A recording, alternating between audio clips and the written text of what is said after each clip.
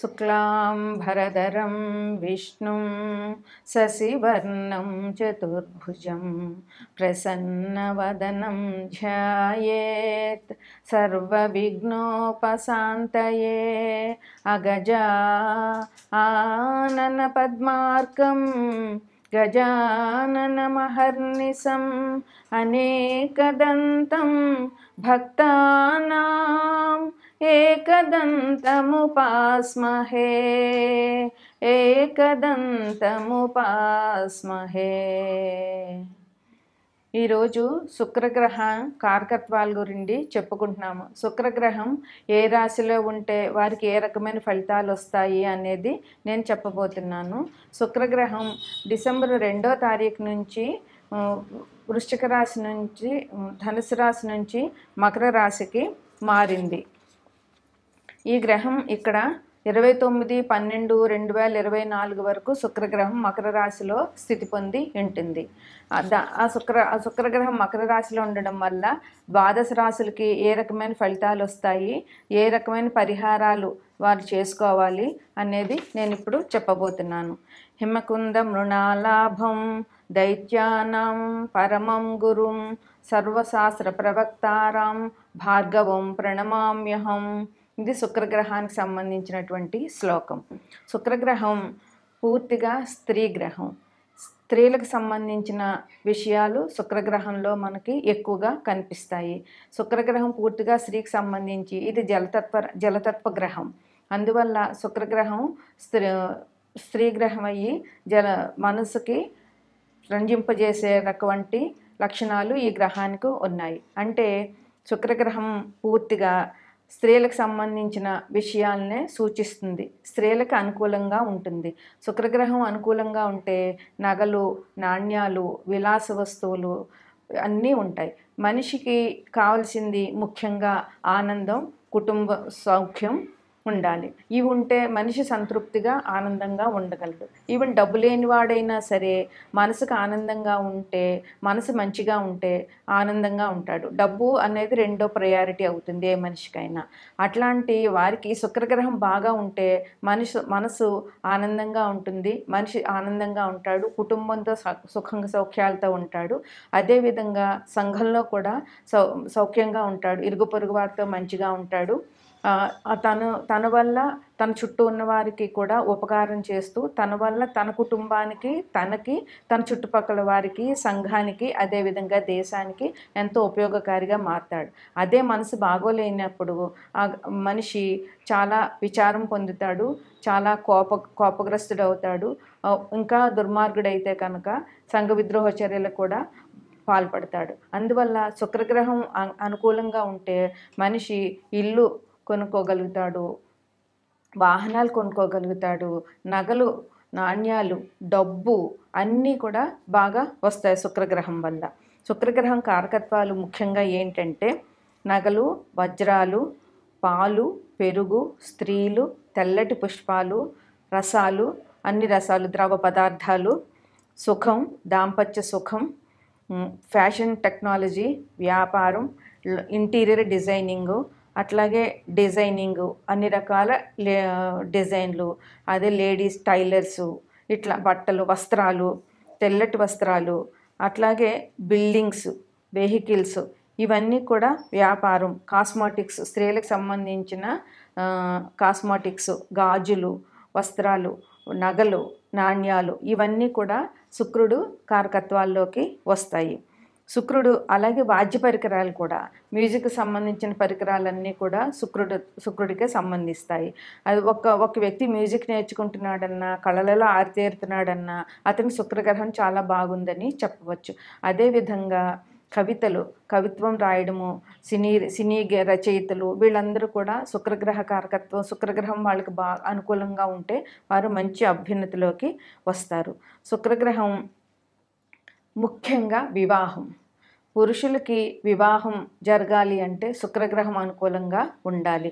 పురుషుడి జన్మజాతకంలోంచి శుక్రగ్రహం ఎక్కడుందో చూసి అతని భార్య ఎటువంటిది, ఎలా ఉంటుంది, ఎక్కడి నుంచి వస్తుంది, ఆమె బిహేవియర్ ఎలా ఉంటుంది అన్నది కూడా చెప్పడానికి వీలవుతుంది. అందువల్ల శుక్రగ్రహం ముఖ్యంగా పురుషులకి వివాహాలని ఇస్తుంది.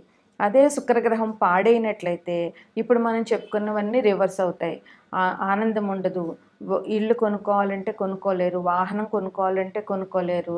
అదేవిధంగా అది ఒకవేళ శుక్రగ్రహం పాడైనట్లయితే అనారోగ్యాలు ఏంటంటే జననేంద్రియాలకు సంబంధించిన అనారోగ్యాలు, కిడ్నీలు పాడైపోవడము, స్త్రీలకి సమస్యలు, ఋతు ప్రాబ్లమ్స్, ఋతు సమస్యలు, టైంకి పీరియడ్స్ రాకపోవడము, ఫెలోపియన్ ట్యూబ్స్ పాడవడము, అండాశయ క్యాన్సర్లు, అండాశయంలో ప్రాబ్లంలు, ఇవన్నీ కూడా వీరికి వస్తాయి. అదే శుక్రుడు బాగా ఉంటే పరస్పరం అందరి మీద ప్రేమాభిమానాలు ఉంటాయి. శృంగారంలో కూడా శుక్రుడు చాలా సహకరిస్తాడు బాగున్నప్పుడు.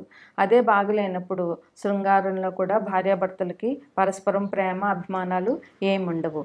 ఇవన్నీ కూడా శుక్రగ్రహ కారకత్వాల్లోనికి వస్తాయి. తదుపరి కుంభరాశి. కుంభరాశికి అధిపతి శని. కుంభరాశిలోనే శని స్థితి పొంది ఉన్నాడు. మనకి నవంబర్ నెల సగం నుంచి శని రుజుగతిలోకి వక్రం అయిపోయి రుజుగతిలోని ప్రయాణం చేస్తున్నారు. ఇప్పుడు గోచారం ప్రకారం శుక్రుడు మకర రాశిలో స్థితి పొంది ఉన్నాడు. అంటే కుంభరాశికి 12వ ఇంట్లో, అంటే వ్యయంలో శుక్రుడు స్థితి పొంది ఉన్నాడు.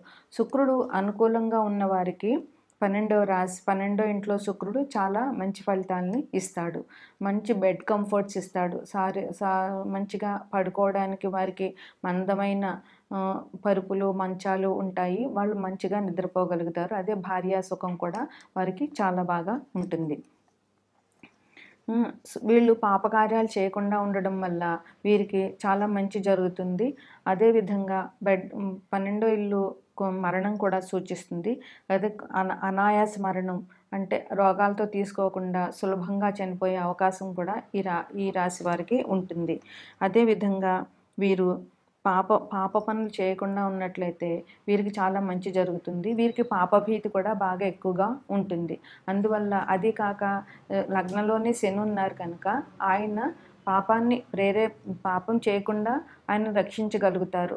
వీళ్ళు జాగ్రత్తగా ఉండగలిగితే. శని ధర్మ కర్మాధిపతి కనుక ఆయన మనం ఏం చేసామో దానికి మనం మంచి చేస్తే మంచి ఇస్తారు, తప్పు చేస్తే తప్పు ఇస్తారు. అందువల్ల పాపం అనేటటువంటి చేసినట్లయితే శిక్షించడం మాత్రం ఖచ్చితంగా శిక్షిస్తారు. అందువల్ల శనిదేవుని విషయంలో వీళ్ళు జాగ్రత్తగా ఉండాలి. శని ఉన్నాడు అని భయపడిపోవాల్సిన అవసరం ఉండదు. కాకపోతే మనం ధర్మంగా ఉన్నంత వరకు శని భగవానుడు ఏమీ చేయడు, మనకి మంచే చేస్తారు. ఆయన యమధర్మరాజుకి ప్రతిరూపం కనుక వీళ్ళు చాలా జాగ్రత్తగా ఉండి ధర్మంగా వెళ్ళినంతకాలం శని భగవానుడి వల్ల వీళ్ళకి నష్టం అనేది జరగదు. ఇంకా 12 ఇంట్లో శుక్రుడు ఉండడం వల్ల శుక్రుడు విలాసాలకు కారకుడైన వీరు మంచి ధర్మ మార్గంలో వెళ్ళినప్పుడు వీరికి అన్ని సౌఖ్యాలు దొరుకుతాయి. అదే విలాసాలు మించి చేస్తే అనారోగ్యం పాలు అవుతుంది. 12వ ఇల్లు హాస్పిటల్ ఖర్చులు కూడా చాలా ఎక్కువగా ఉంటాయి. అందువల్ల వీరు విలాసాలు వెళ్ళిపోయి వ్యసనాల పాలైతే కనుక ఆరోగ్యం పాడైపోయి హాస్పిటల్ పాలయ్యే అవకాశం చాలా ఎక్కువగా ఉంటుంది. ఈ రాశిలో ఎవరికైతే శుక్రుడు మంచి స్థితిలో ఉన్నాడో వారికి బాగుంటుంది. శుక్రుడు గోచారం ఇచ్చినప్పుడు అదే వీళ్ళకి శుక్రుడు పాప స్థితిలో ఉంటే కనుక వీరికి అనారోగ్యం పాలవడం తప్పదు, హాస్పిటల్ ఖర్చులు పెరుగుతాయి. అందువల్ల వీళ్ళు చేసిన పాపాల వల్ల వీరికి కష్టాలు వచ్చే అవకాశం ఉంది, వ్యాధులు వచ్చే అవకాశం కూడా చాలా ఎక్కువగా ఉన్నది. అందువల్ల వీరు జాగ్రత్తగా ఉండడం అంతైనా అవసరం. 12వ ఇల్లు అంటే మనకి మోక్షాన్ని ప్రసాదించే అవకాశం కూడా ఉంటుంది. అందువల్ల వీరికి సుఖ సౌఖ్యాలతో పాటు ఆనందం కూడా వీళ్ళకి వచ్చే అవకాశం చాలా ఎక్కువగా ఉంది. ఓల్డేజ్లో ఉన్నటువంటి స్త్రీలు జాగ్రత్తగా ఉండాలి. వీరు సేవలు చేయడం వల్ల ఓల్డేజ్లో ఉన్న స్త్రీలకి ఈ రాశిలో పురుషులు కానీ స్త్రీలు కానీ సేవ చేయడం వల్ల వీళ్ళకి చాలా సుఖం దొరుకుతుంది. ఎందువలనంటే సేవ మానవ సేవే మాధవ సేవ అని చెప్పారు కదా! అందువల్ల సేవ చేయడం వల్ల మనకొచ్చే అనారోగ్యాన్ని కూడా భగవంతుడు మనకు తీసివేస్తాడు. మనం ఒక రోగిష్టికి కానీ, ఒక ముసలివాళ్ళకి కానీ సేవ చేయడం వల్ల మనకి ఏదైనా కష్టం, అటువంటి కష్టం ముందు ఉండబోతుంటే ఆ కష్టాన్ని దేవుడు దూరం చేస్తాడు. అందుకోసమే మనని వీళ్ళ దగ్గర సేవకి నియోగించుతాడనమాట. మన పూర్వపుణ్యం వల్లే వాళ్ళకి సేవ చేసే అవకాశం మనకొస్తుందని గ్రహించాలి. అదేవిధంగా వీరు ఇంకా ఏదైనా అనాథాశ్రమాలకు వెళ్ళి స్త్రీలకి, ముసలి వాళ్ళకి పళ్ళు పంచిపెట్టడము, వస్త్రాలు దానం చేయడం వల్ల ఈ రాశి వారికి చాలా మంచి జరిగే అవకాశం ఉంది. ఈ కుంభం అంటే శనీశ్వరుడు ఇల్లు అంటే శివాభిషేకం చేయడము, అమ్మవారి పూజలు చేయడము ఈ రాశి వారికి చాలా మంచిది, ఇంకా మంచి జరుగుతుంది. సుఖాల వెంట పరుగు పెట్టద్దు, సుఖాల కోసం వెంపర్లాడవద్దు, ధర్మాన్ని నమ్ముకుని ధర్మపరంగా జీవించడం చాలా ఈ రాశి వారికి ముఖ్యంగా చాలా అవసరం. వారి రాశిలో శుక్రగ్రహం అనుకూలం లేని వాళ్ళు ఏ పరిహారాలు చేయాలో ఆ పరిహారాలు ఇప్పుడు చెప్తున్నాను. ఈ పరిహారాలు చేస్తే వాళ్ళకి శుక్రగ్రహ అనుకూలం దొరుకుతుంది. శుక్రుడు అంటే స్త్రీ గ్రహం కనుక శుక్రగ్రహం అనుకూలం కావాలి అనంటే మనకి అమ్మవారి ఆరాధన చాలా చాలా అవసరం. అమ్మవారంటే లలితా పరమేశ్వరి, రాజరాజేశ్వరి. శుక్రగ్రహం ముఖ్యంగా రాజరాజేశ్వరి అమ్మవారికి అనుకూలం. అదేవిధంగా లలితా పరమేశ్వరికి కూడా శుక్రగ్రహ పూజ ముఖ్యమైనటువంటిది అని చెప్పవచ్చు. ఇప్పుడు ఈ రాశి వారికి ఏ రాశి వారైనా సరే శుక్రగ్రహం అనుకూలంగా లేదు అంటే వారు శ్రీ సూక్త పారాయణ చేయాలి. ప్రతిరోజు శ్రీ సూక్త పారాయణ చేయడం వల్ల వారికి శుక్రగ్రహ అనుకూలత లభిస్తుంది. అదేవిధంగా రాజరాజేశ్వరి అష్టకం కానీ లేదా లలితా సహస్రనామాల్లో రాజరాజేశ్వరికి సంబంధించిన 2 లైన్లు ఉన్నాయి. రాజరాజేశ్వరి, రాజధాని, రాజ్యవల్లభ, రాజలక్ష్మి అని ఆ లైన్లు వీరు చదివి లలితా పరమేశ్వరి ఆరాధన చేయడం వల్ల వీరికి చాలా అభివృద్ధిలోకి వస్తారు. అదేవిధంగా లలితా పరమేశ్వరి నామం శ్రీమాత్రే నమః, ఓం శ్రీమాత్రే నమః అని ప్రతిరోజు కనీసం 108 సార్లు చేయడం వల్ల, నామజపం చేయడం వల్ల శుక్రగ్రహ అనుకూలత వీరికి లభిస్తుంది. తీపి పదార్థాలు నైవేద్యం పెట్టి అమ్మవారికి ఆ తీపి పదార్థాలు అందరికీ పంచడం. అదే ఒక గుడిలో ఏదైనా తీపి పదార్థం నైవేద్యానికి ఇచ్చే అమ్మవారికి అది అక్కడ గుడిలో భక్తులందరికీ పంచడం వల్ల కూడా వీరికి చాలా మంచి జరుగుతుంది. ముఖ్యంగా శుక్రగ్రహం అనుకూలం కావాలి అంటే ఆడవారిని గౌరవించాలి.